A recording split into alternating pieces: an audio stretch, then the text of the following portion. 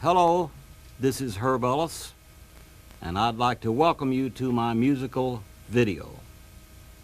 Together with the help of Ray Brown and Terry Holmes, I'd like to answer some questions about guitar playing that have been asked me by guitar players all over the world.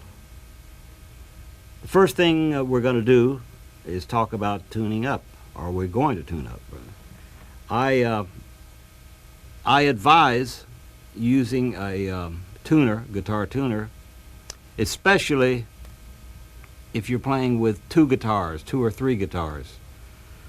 It's pretty important to use a tuner because no matter how good your ear is, you get three guitars together and tune up without a tuner, you may sound like rats escaping from a sinking ship. So if you can, use a tuner. And even though you use a tuner, when you're on stage playing, you're going to have to tune up by yourself. There's no escape from being able to tune the guitar by yourself. So we're going to start by tuning the strings individually. I'll give you my pitch, and I'll hit each string. First the E, and then the A, and the D, and the G, and the B, and the little E. After you get that, you're in the ballpark. Now, to fine-tune the guitar, I really recommend this and strongly advise it. Tune the guitar in octaves from here to here, because even though you get the guitar in tune open strings, it very well may not play in tune all over, because the guitars are an imperfect instrument. So you play some octaves.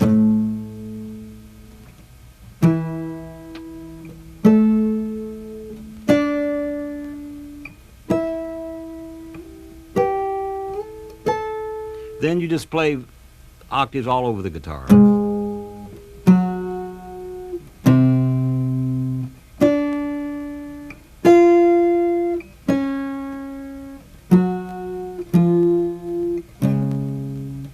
that was a fifth, but that's okay too.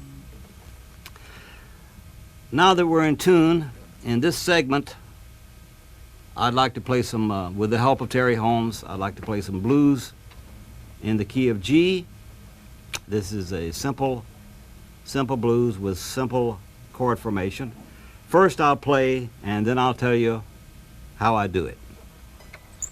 Here we go, Terry. 1, 2, 1, 2, 3, 4.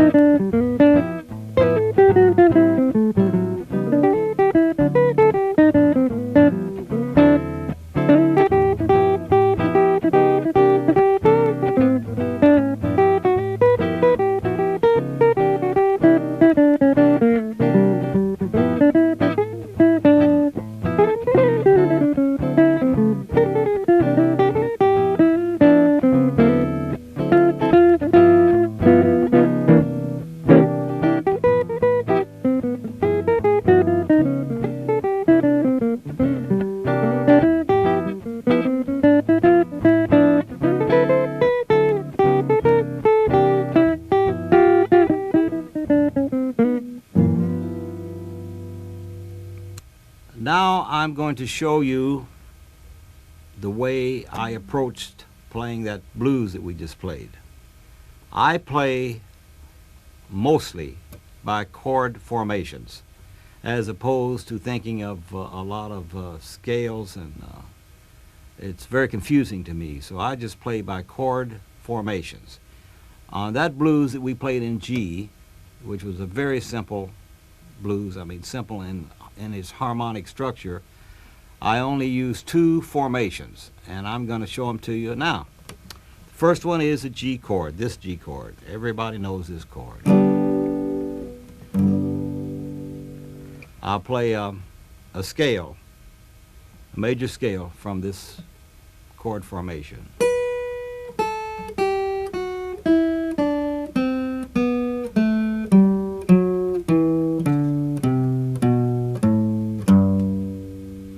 I could play it back up, but that's for you to figure out. Now I'm going to play a chromatic scale from the same chord formation.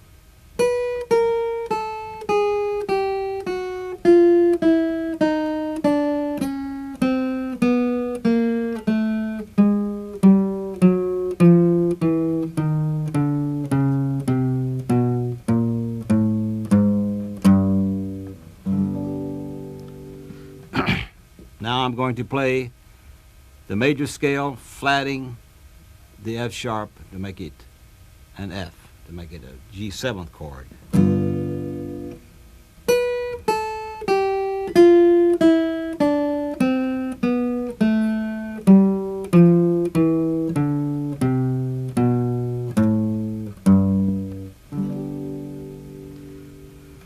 Now you've got, with those 2 scales and the chromatic scale, you've got every note that you could possibly play from this formation. Now I'm going to show you the other formation that I use in this simple G blues. It's this.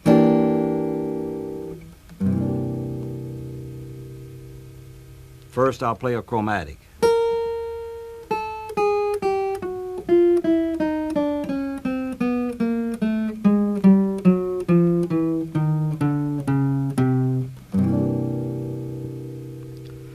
Now I'll play 2 scales from this chord formation.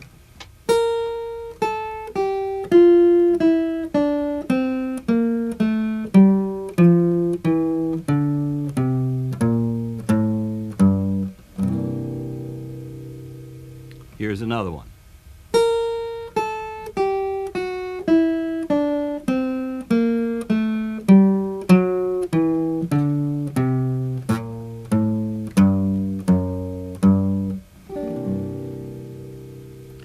Again, from this formation,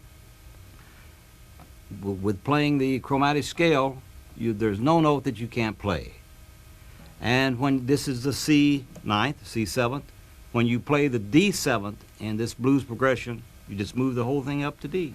You got it. And it takes all the mystery, a lot of the mystery out of the way to play the guitar, jazz-wise.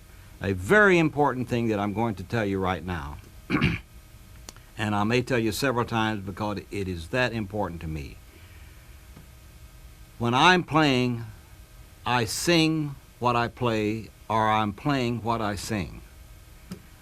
And any guitarist, all the guitarists that I know, that I like, and on other instruments also, sing what they play, or they play what they sing, whichever way you want it.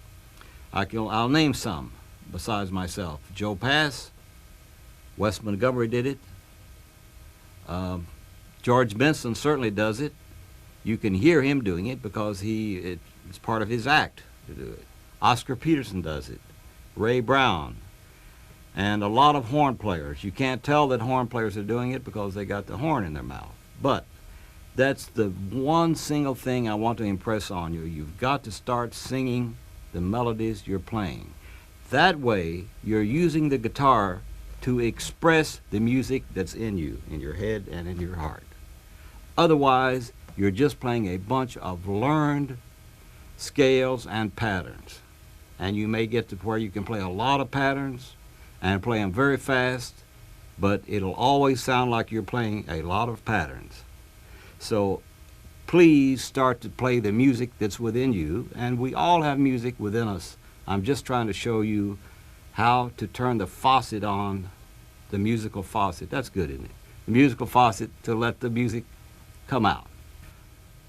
Now I'm going to show you, with the help of Terry Holmes, what you can play or what you can do with this one chord formation. Actually, this G formation I'm thinking of it as a G7th. So you hear this in your mind. You hear the G7th. You might hear the flatted fifth. So you play it in your scale, or just play the flatted fifth. Or you might hear the augmented fifth. Or you might hear the ninth. Or you might hear the flatted ninth. All those are right there for you to play. So I'm going to play a vamp, an extended vamp, on this G chord. And I'm going to try to start simple and get more complex as I go along. Also, remember this. We're playing it in G. That doesn't mean that you can only play this in G. It means you can play it anywhere on the neck. Anywhere that this chord formation is, you can play it. So, here we go. G, 1, 2, 1, 2, 3.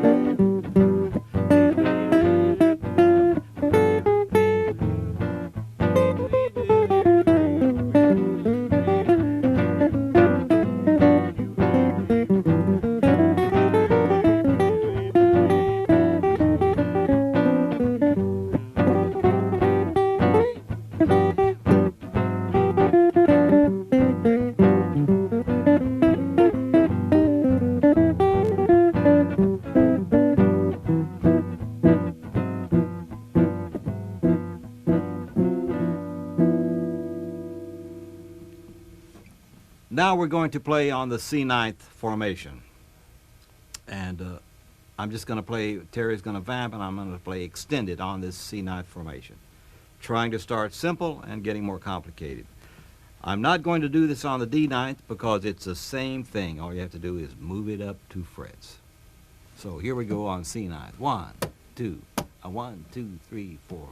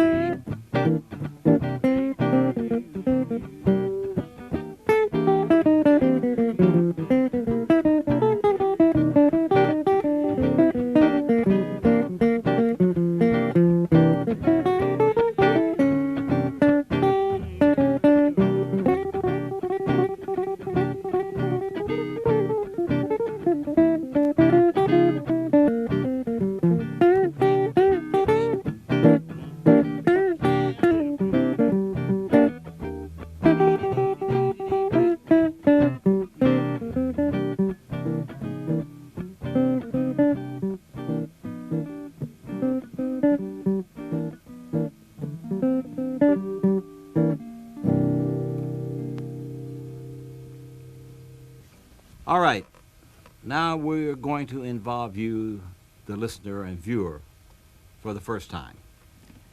We're going to play G7, and we're just going to continue to play it in 4-bar segments. I'm going to play 4 bars, with Terry's going to vamp. He's going to continue to vamp, and then you'll play 4, then I'll play 4. It's like we're trading 4s, but it's all on the G formation. So this will show you not only how to play on this formation, it'll give you hopefully some incentive to play a better 4 bars than I have just played. 1, 2, 1, 2, 3, 4.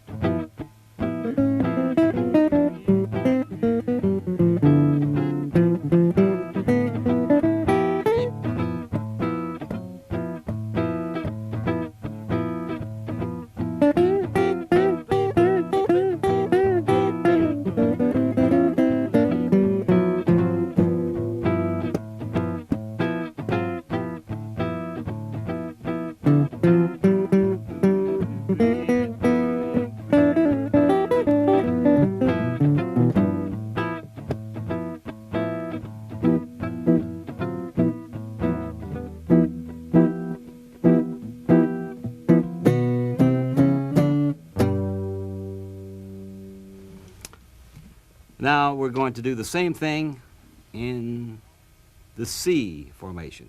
No, I'm wrong.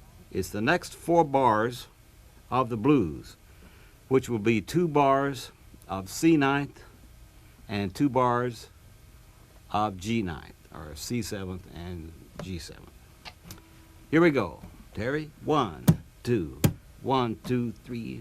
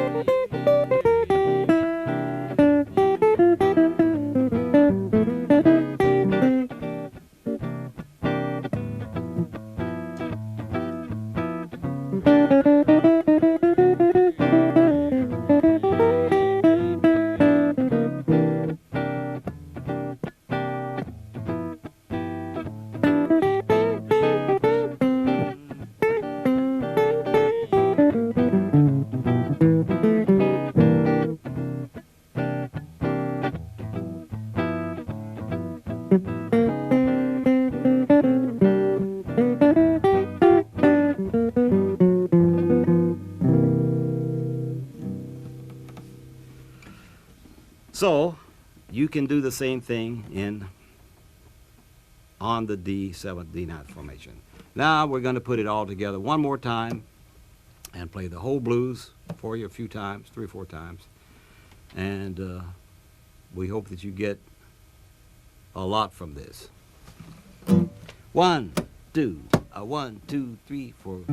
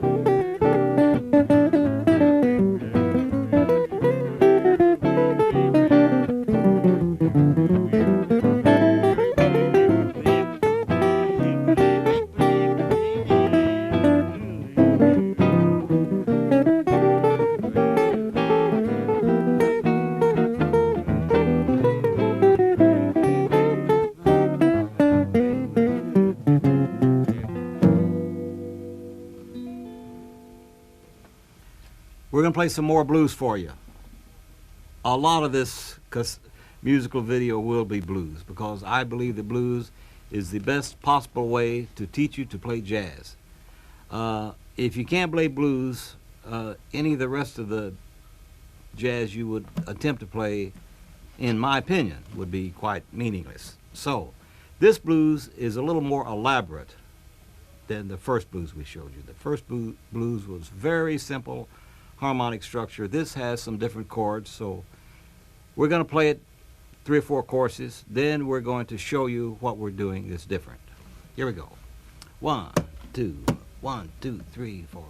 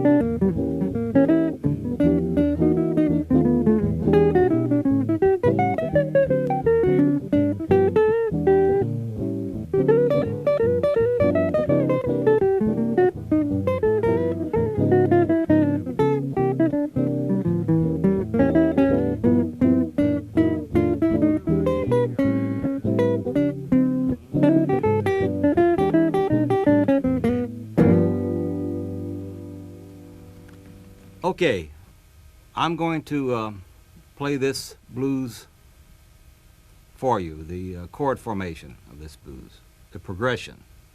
It's a little different because it's got a couple of new chords in it that we didn't play on the first blues.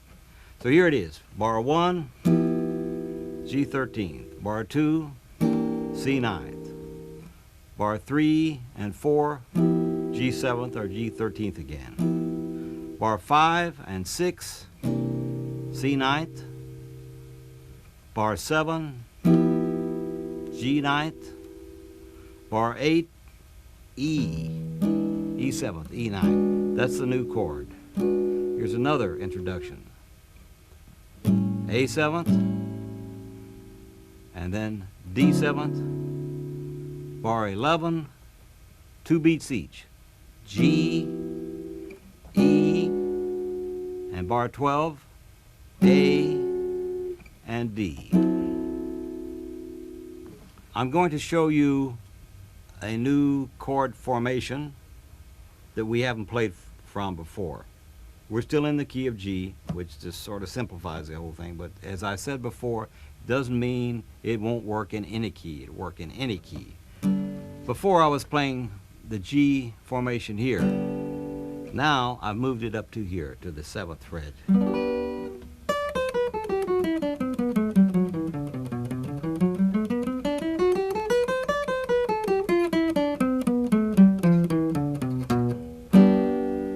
And you combine this one with the one you already knew, the G9th, which is the same as the C9th or the D9th.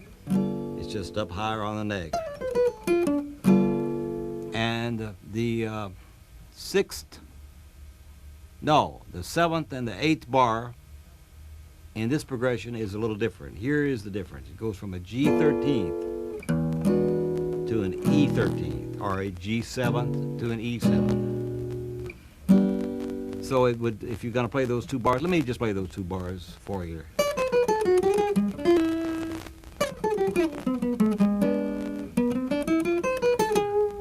The thing is, which gives it the real flavor, is when you go to the E chord, you don't have to play the 3rd, but if you play it, if you employ it once in a while, it really sparkles. It makes the chord just stand out, which is what's different about this progression. So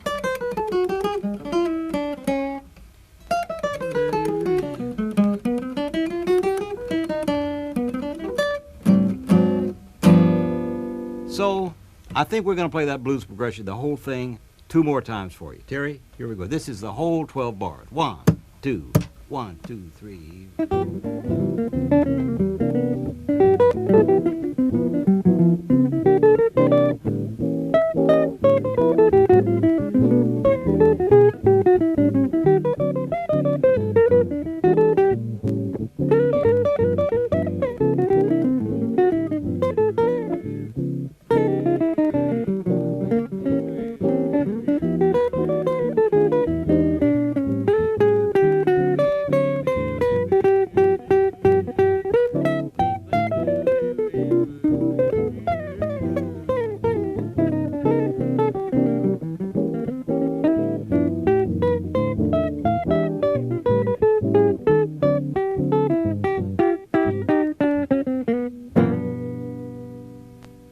I'd like to talk just a little bit about the progression 2, 5, 1.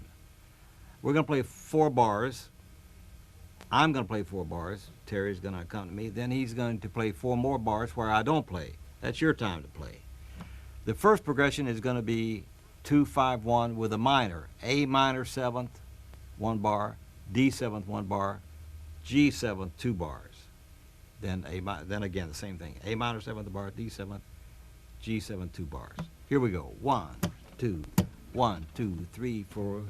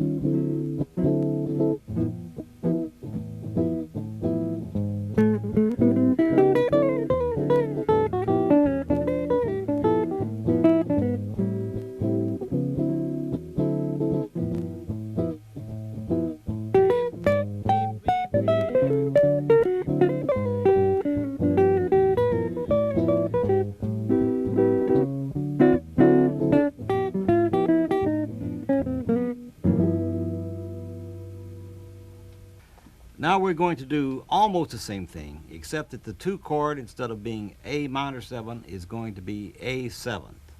So it'll be a bar of A 7th, a bar of D 7th, 2 bars of G 7th. We all have favorite things in music. I personally like the A 7th sound better than I do the A minor to D 7th, although I can live with either one. But the difference is making the C a C sharp. So if you're playing A minor 7th, here would be the scale.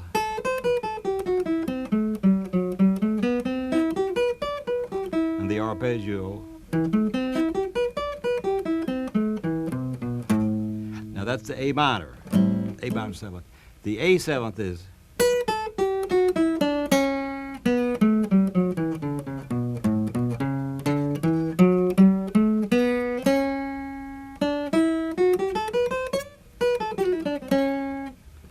This one as opposed to this one. When you're playing the A minor 7th, you can go up to a C major 7th and play a scale right off of the C major 7th.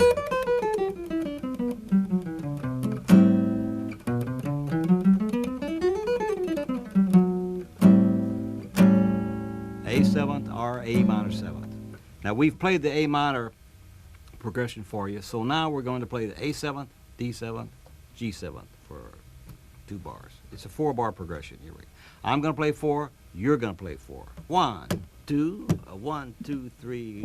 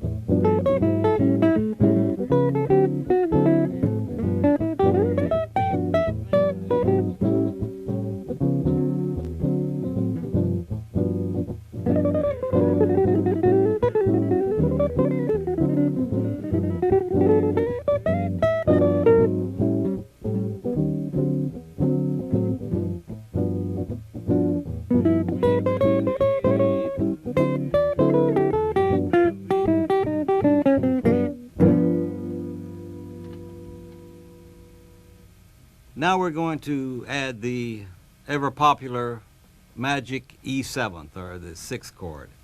And this progression is going to start on the 2 chord. I'm going to use A 7th, D 7th, G 7th, E 7th.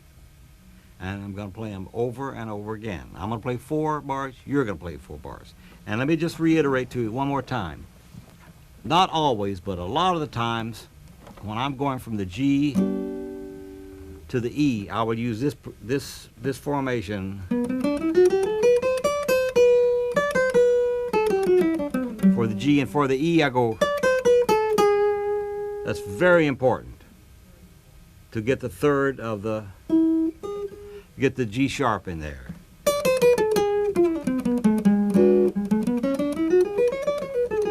You might want to practice this little scale a while.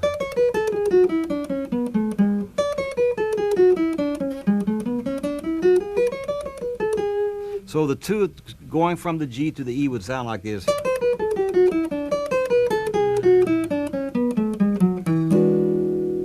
And then the A to the D 7th, which is same thing as the E 7th.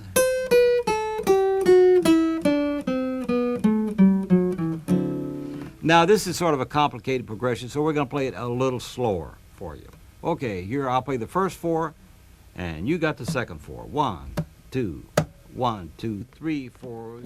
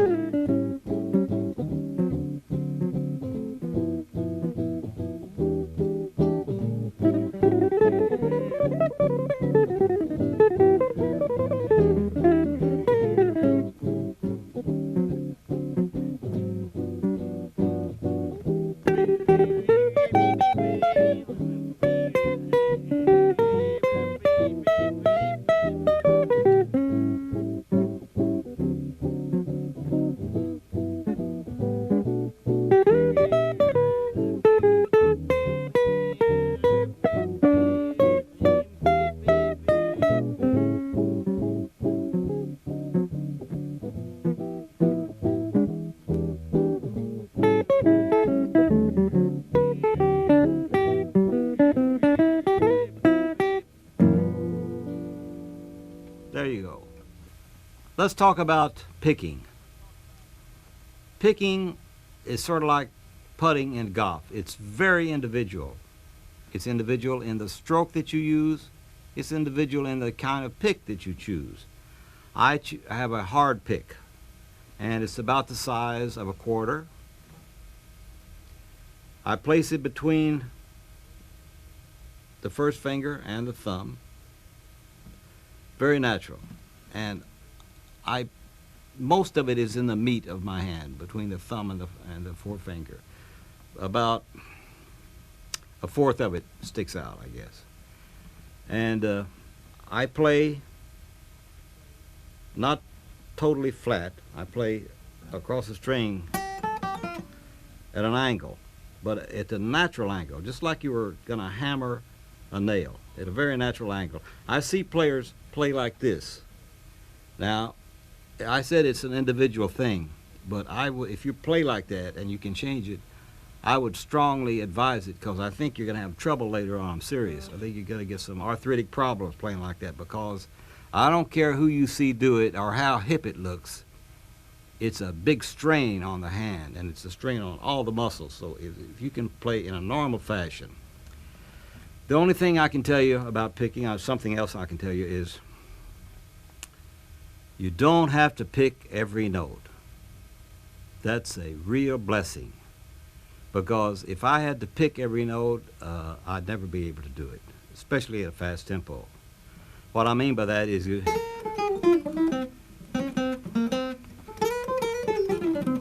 I'm not picking all of those.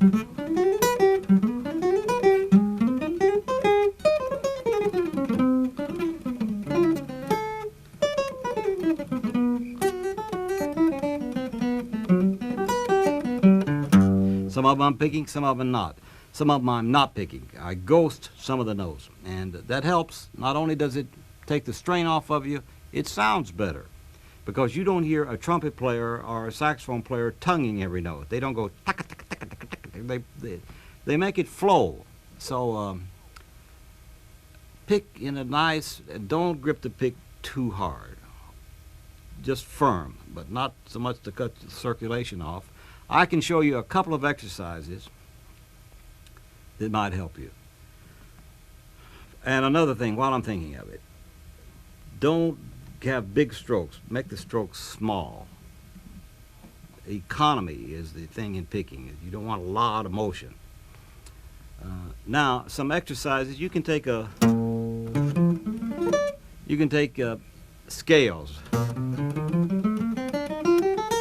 And I would suggest that you play the scale or a pattern, anything you want. First of all, play it all down, and so forth. Then play it all up.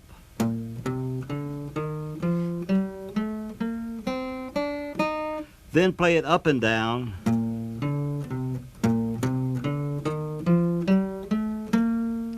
That was down and up. Then play it up and down. Now you've got every possible way to pick. Down, all up, down, up, down. Then you vary your patterns with leaving a string between, like playing from the 6th string to the 4th string, the 4th string to the 2nd string, and so forth. And the fun thing is you can make up your own phrases or your own licks to practice by. And as far as talking about practicing, let me just say one thing. When you practice, if you're going to practice reading or picking or whatever, do that first. Because if you pick up the guitar and start to play some blues and jam and freak out, you'll never get to the other things. Never. So you want to do the things that are maybe even distasteful to you. Do them first, then get to the fun part.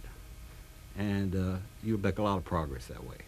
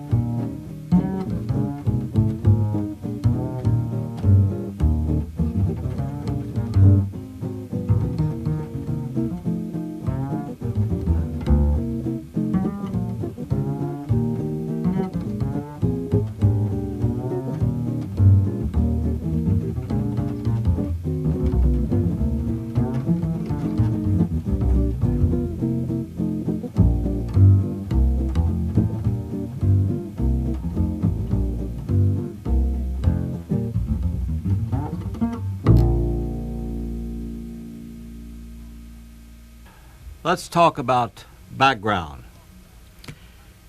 It's very important to learn how to play backgrounds for your fellow players. That includes, as I played background for Ray Brown earlier in this video cassette, the same type of backgrounds I played for him basically would be the same I'd play for a piano player or a saxophone player or a trumpet player or a trombone player or perhaps another guitar player. One type of background that's really overlooked these days is playing rhythm. A lot of players don't have any idea how to play rhythm. First of all, many guitarists play it too loud. If you're playing it on electric guitar, don't have much volume on. Keep the volume very low and keep the chords that you play very simple and sparse. I usually play 3 notes in these chords on 3 strings, sometimes on 2 strings. Rarely do I play 4 strings, never 5, and never ever 6 in playing rhythm, unless I'm playing a ballad and I want a lush background, but that's different. For now, so I will show you what I played behind Ray Brown earlier, rhythm-wise. This is basically what it is.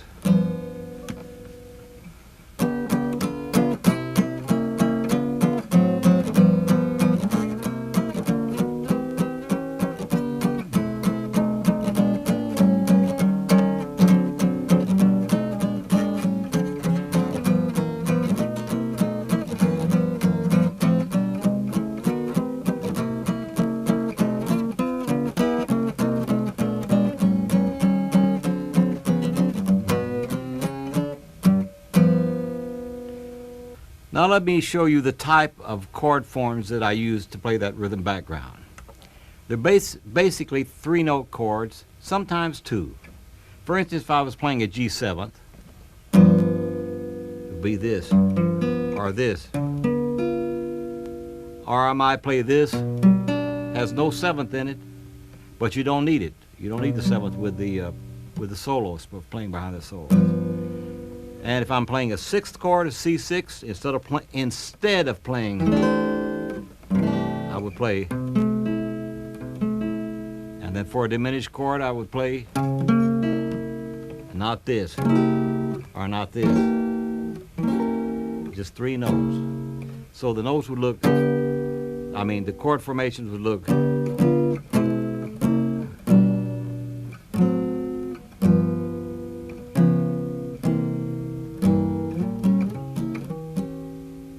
Now, that's the type of rhythm backgrounds I would play. And you make the stroke, you make it long. In other words, you don't play short, you don't play, you play.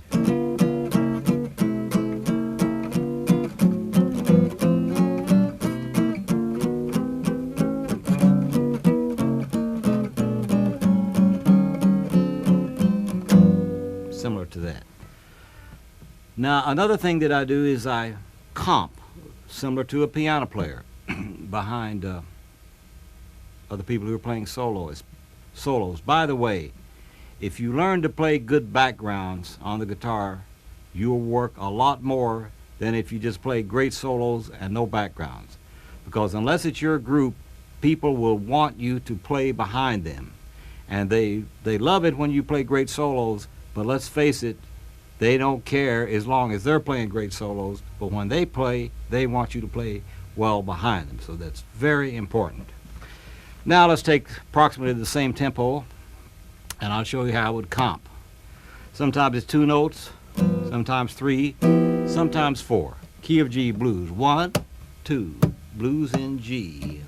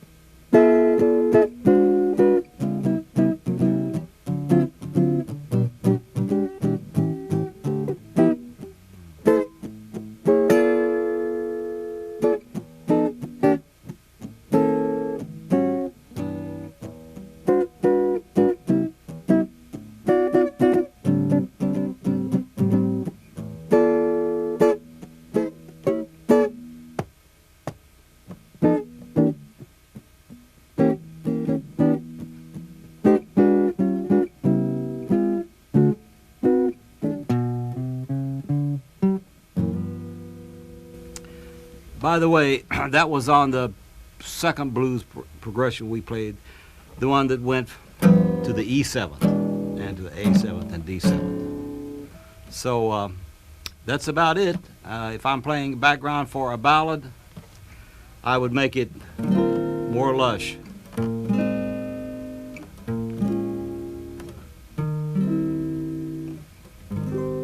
There's a chance for you to use bigger chords and more lush voicings playing a ballad, because you don't confuse anything. Remember two things: when you're soloing, sing what you play. When you're playing a background, play less than you need to play. All right, we're going to talk about sound at this point. First of all, let me tell you the kind of equipment that I use. My guitar is a Gibson ES-175. It's quite old. It's a 1953.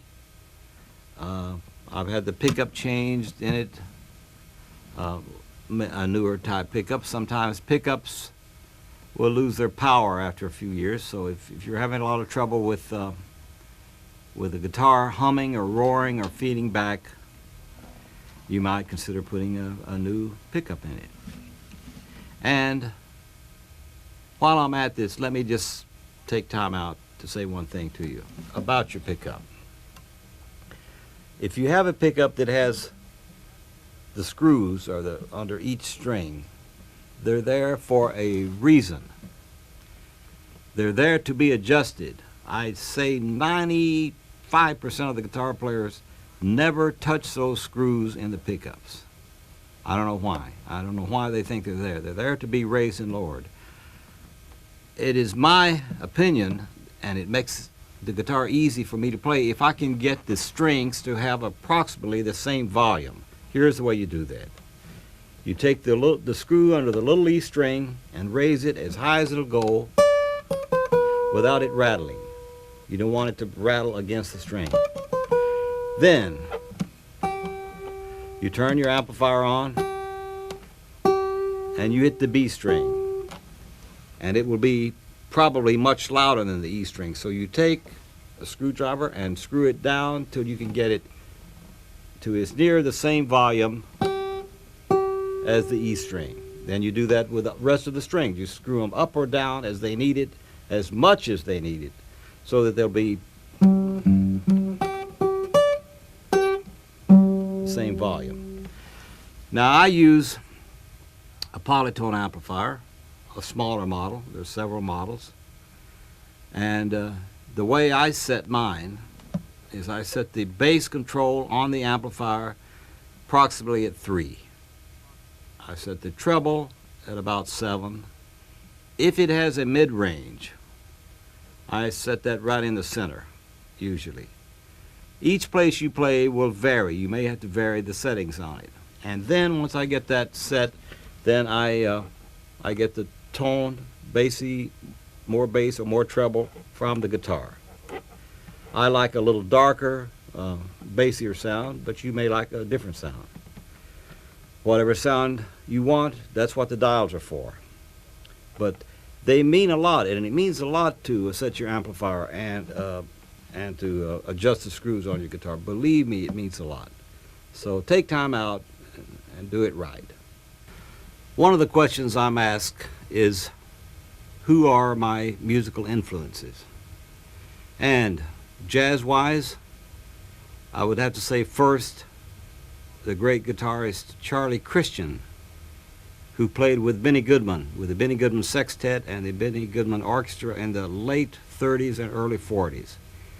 And Charlie Christian died when he was 23 years old.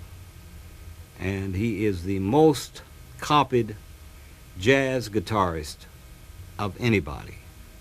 He was a big influence. Then Lester Young with the Count Basie Orchestra was a very heavy influence on me. The whole Count Basie band, the sound of the Count Basie band was a big influence, as was the Jimmy Lunsford band. So it would be Charlie Christian, Lester Young, Charlie Parker, and Dizzy Gillespie. Those would be my main influences. Of course, I heard and I loved and was influenced some by Django Reinhardt. But those gentlemen were the strongest influences on me. I'm also asked a lot what I consider the main ingredients of jazz music. And for me, in this order, they are rhythm. Well, what I mean by that is rhythmical playing, playing with rhythm, playing with time, playing that so that it makes you feel good, the melodic content and the harmonic content, and the technique to do all that with. But I've certainly placed the rhythmic feel first, then the melody, then the harmony. I hear a lot of players who seem to put harmony first and the rhythmic content last, if at all, and a great influence, or not influence, but a great emphasis on how many notes can be played. That's the backwards order as far as I'm concerned. I'm also asked, where do you go from here, Herb? Which I find when I'm on the road is quite humorous. Who cares where I go from here? So I can't answer that. From here, I'm going home.